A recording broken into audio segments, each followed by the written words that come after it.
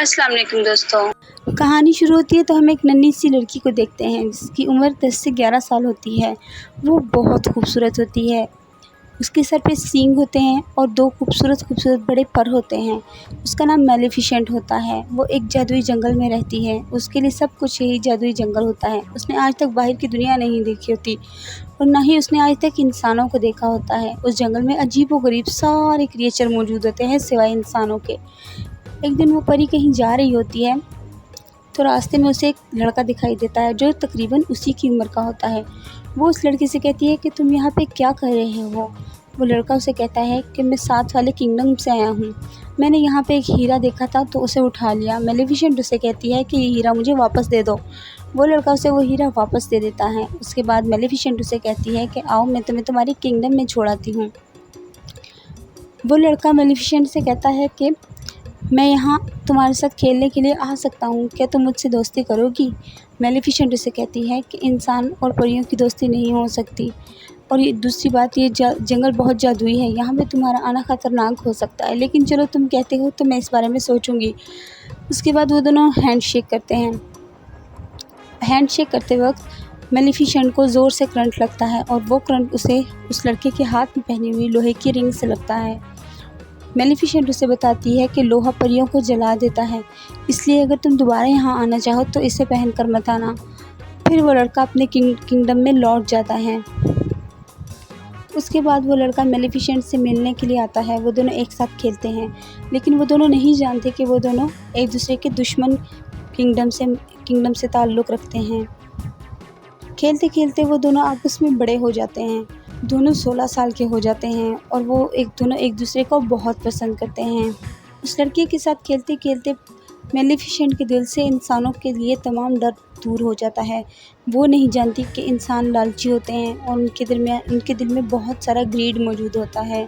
उस लड़के का सरासर इरादा सिर्फ इसके किंगडम पर और उसके जादुई जंगल पर कब्जा करना होता है। एक दफ़ा वो लड़का अचानक से गायब हो जाता है और फिर काफ़ी अर्से तक मैलेफिसेंट से मिलने के लिए नहीं आता। एक दिन मैलेफिसेंट बैठी होती है तो वो देखती है कि साथ वाले किंगडम का बादशाह उसके जंगल पर कब्जा करने के लिए आ रहा है। तो वो उसे कहती है कि तुम यहाँ पर हमला नहीं कर सकते, और वो एक परी होती है और अपने जंगल को प्रोटेक्ट करना अच्छी तरह जानती है।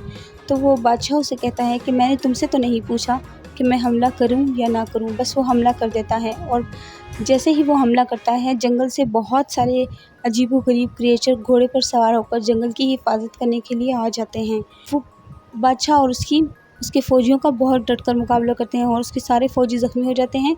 बादशाह भी ज़ख्मी हो जाता है। बादशाह जब अपनी किंगडम वापस आता है तो वो कहता है कि मैं इस जंगल पर कब्ज़ा करना चाहता हूँ। अपने रियाया को इकट्ठा करके कहता है कि मैं इस जंगल पे कब्ज़ा करना चाहता हूँ, लेकिन अब मैं बहुत बूढ़ा हो चुका हूँ, मैं उस पर कब्ज़ा नहीं कर पा रहा हूँ। जो भी शख्स इस परी को जान से मार देगा, मैं उसकी शादी अपनी बेटी से करवाऊँगा।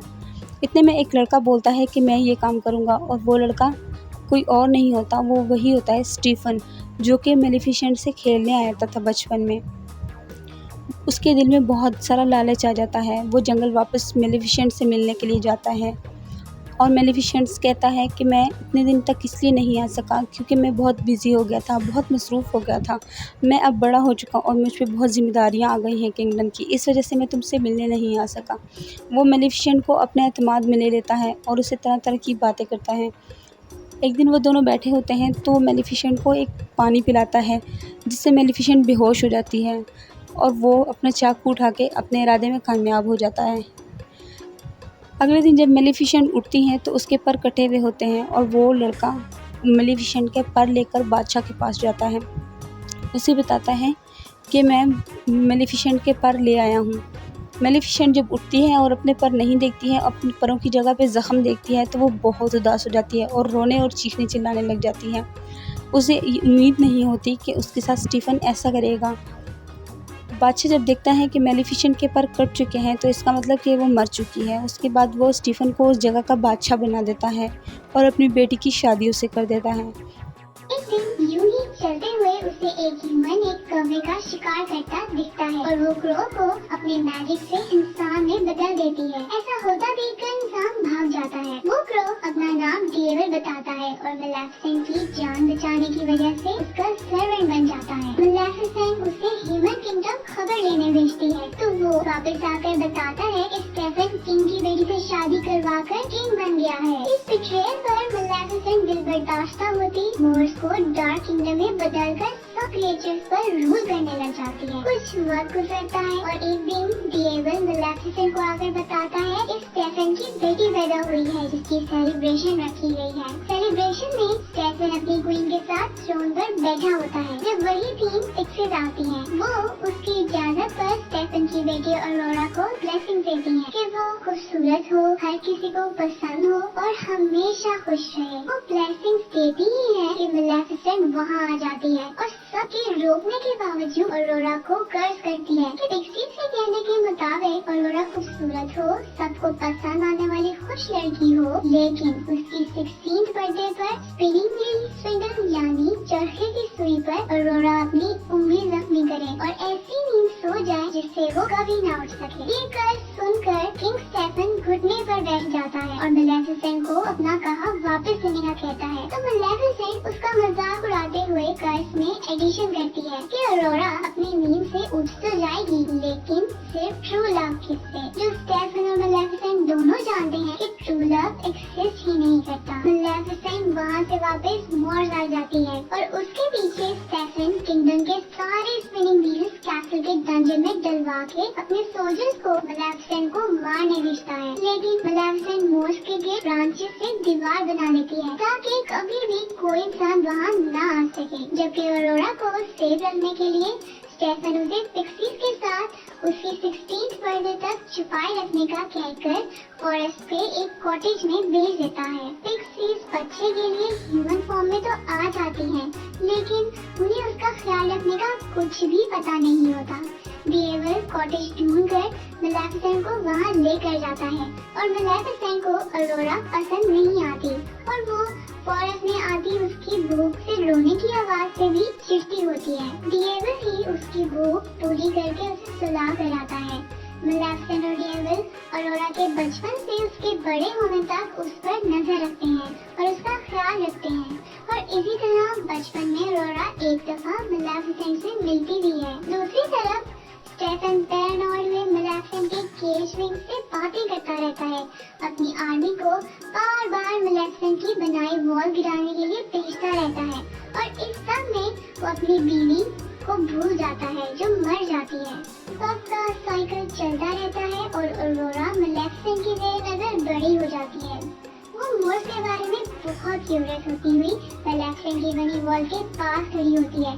जब मेलेफिसेंट वहाँ आती है, वो ऑरोरा को बेहोश करके सोल्जर से लड़ती उन्हें वापस भेज देती है और फिर ऑरोरा को अपने साथ मोर्स के अंदर ले आती है। ऑरोरा जब जागती है तो वो मेलेफिसेंट को बताती है कि उसे पता है मेलेफिसेंट उसकी गॉड मदर है, क्योंकि वो बचपन से ही उसका लुक आफ्टर कर रही है।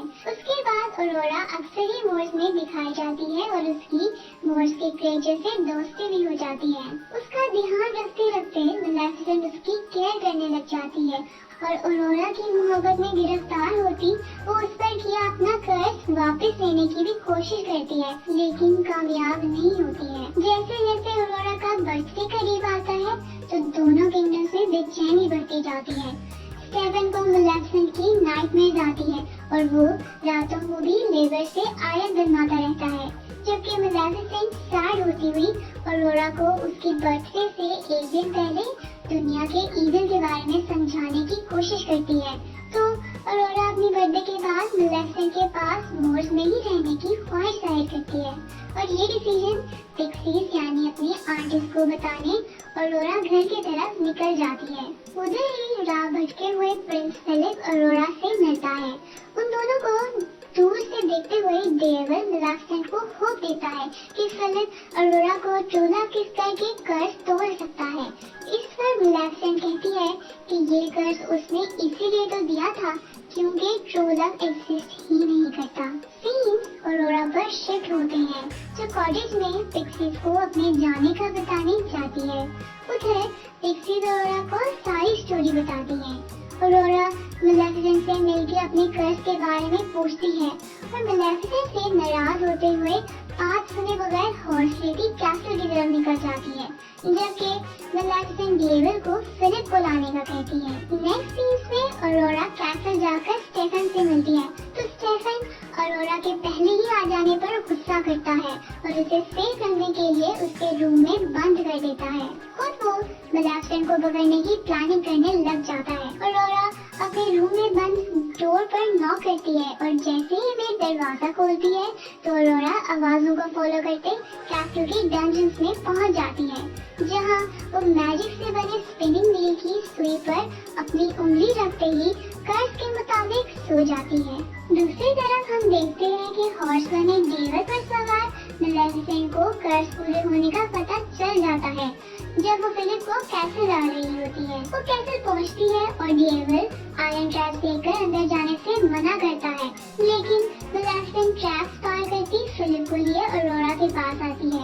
ऑरोरा के रूम में मौजूद पिक्सीज फिलिप को ऑरोरा को ट्रू लव किस करने का कहते हैं। फिलिप उनकी बात मानते हुए किस करता है, लेकिन ऑरोरा जागती नहीं है। पिक्सीज उसे लेकर रूम से बाहर जाती हैं, तो मेलेफिसेंट आंखों में आंसू लिए ऑरोरा से माफी मांगती उसके फोरहेड पर किस करती है। इधर और हम देखते हैं कि मेलेफिसेंट के ट्रू मदरली लव की वजह से ऑरोरा जाग जाती है। वो एक दूसरे को देखकर खुश होते हैं, जबकि कैसल की दूसरी तरफ स्टेफन को मेलेफिसेंट के कैसल के अंदर होने का बताया जाता है। मेलेफिसेंट ऑरोरा को मोड़ ले जाने के लिए कैसल के हॉल तक पहुंचती ही है, तो उस पर आयरन चेन्स फेंककर उसे कमजोर कर दिया जाता है।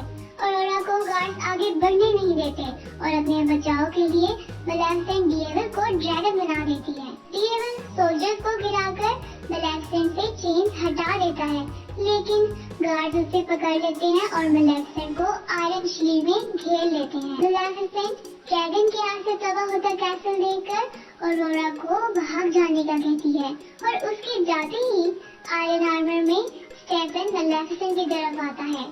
वो आयरन चेन से उसे दूर फेंककर मारने ही लगता है कि ऑरोरा के थ्रू केज से आजाद करदा मेलेफिसेंट की विंग्स उससे आगे अटैच हो जाते हैं और मेलेफिसेंट फिर से पावरफुल हो जाती है। वो सोल्जर्स को गिराती डेविल को आजाद करवा देती है और अपने पांव पर लगी स्टेफन की चेन से उसको घसीटती हुई विंडो तोड़ती कैसल से बाहर ले जाती है। वो कैसल की छत पर स्टेफन को लेकर आती है और अपनी चेन उतारने के बाद उसको मारने लगती है, लेकिन उसकी हिम्मत नहीं हो पाती। वो वापस जाने के लिए मुड़ती ही है कि स्टेफन उस पर हमला करता दोनों को नीचे की तरफ ले जाता है। मेलेफिसेंट अपने विंग्स खोलते हवा में रह जाती है, लेकिन स्टेफन नीचे गिर के मर जाता है। मूवी के लास्ट सीन में हम देखते हैं कि मेलेफिसेंट मोर्स के ग्रिड वॉल्स खत्म कर देती है और मोर्स को उसकी असल हालत पर लाते हुए ऑरोरा को ह्यूमन किंगडम और मोर्स की यूनिफाइड क्वीन बना देती है। तो मैं उम्मीद करती हूँ कि आपको ये वीडियो बहुत अच्छी लगी होगी। इस वीडियो को लाइक करें, अपने दोस्तों के साथ शेयर करें और हमारे चैनल को सब्सक्राइब करें और बेल आइकन को प्रेस करना बिल्कुल मत भूलें ताकि हमारी आने वाली नई वीडियो आप तक पहुँचती रहे। शुक्रिया।